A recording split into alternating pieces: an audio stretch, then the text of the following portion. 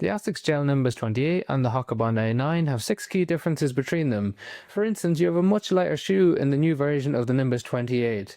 It reduces weight significantly from the Nimbus 27 and now comes in at 272 grams for size 9 men's US. That's 25 grams lighter than in the other max cushion option, the Bondi 9. However, there's some really good features in the Bondi 9 that you need to know about. First of all, let's talk about the foam that's in the midsole. So we have supercritical foam, which is completely different than what we saw on the Bondi 8. So it's a lot softer, a lot more pillow-like in terms of feel, and I'll talk to you about what that feels like in terms of lifestyle use and running later on. But in contrast to that, we've got the FF Blast Plus cushioning in the Nimbus 28, which is a lot firmer, a lot more responsive underfoot than what we get in the Bondi 9, and that will influence how it affects running as well. There's 43.5 mils of this cushioning underneath your heel and 35.5 in the forefoot, so it's definitely a max cushion shoe. In contrast to that, in the Bondi 9, we have 43 mils in the rear foot and 38 in the forefoot, so we've got 5 mil difference in height from the back to the front versus an 8 mil difference in the Nimbus 28. It's also got a completely contrasting profile. So yes, we have Hoka's classic rocker geometry in the forefoot, but we have a much more aggressive rocker in the Nimbus 28. So you can see how it tilts upward a lot more aggressively, which means there's much more toe spring in there. And that influences what you'll feel in the ball of the foot. So if you have any sensitivity or you don't enjoy extension of the big toe joint, that may cause a problem in the Nimbus 28 if you really struggle for mobility there. Then underneath the shoe, we have a really broad platform in the Hoka Bondi 9, so much wider than what we have in the Nimbus 28, and that adds more stability to the shoe, and that's really important because when you have a softer cushioning, it makes the shoe a bit more unstable. So Hoka compensated for that by having a broader platform. They have large sidewalls on the outside and the inside of the heel, and they've got lots of sole flare where the sole comes out wider than where your foot sits in the shoe. And even though they've got such a wide platform, it's a shame that they have a really tapered toe box in the Bondi 9.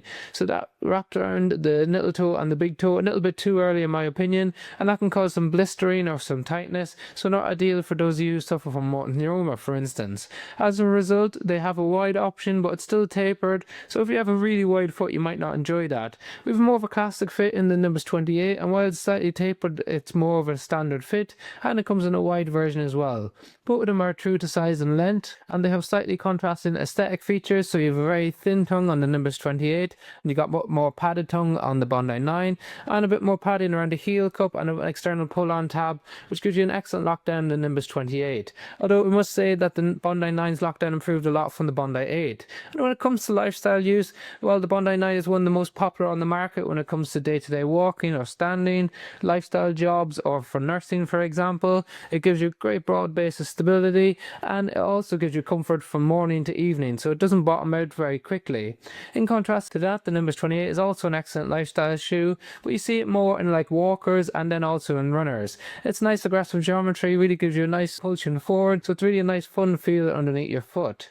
So you don't sink into it as much, it's a bit more responsive, and that translates to running as well. So the Bondi 9 is very much your classic cruiser of a shoe. If you want to do recovery miles, easy miles, this is the perfect option for absorbing all that vibration and impact.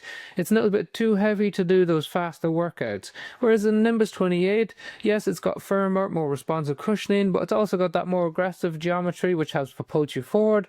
So historically you could use it for really up-tempo workouts. That was definitely the case in the 27. However, because they've modified the 28 cushioning a little bit so it's a bit more firm underfoot, I would say that it's not as responsive, but you can still do some up-tempo workouts if you're doing marathon or half marathon distance racing. Then just another caveat to note is that they've changed the heel bevel on the back of the Nimbus 28, so it's split down the middle as opposed to on the side that you can see on the Bondi 9. As a result, it's not as ideal for supinators because it just compresses a lot easier on the outside of the Nimbus 28 compared to what we saw in the Nimbus 27 or even in the Bondi 9. So just a caveat to note. But let me know your thoughts in the comment section below. Which would you prefer? There's links to them in the description if you want to check the latest price on Amazon, as that's changing all the time. Otherwise, thank you very much for watching.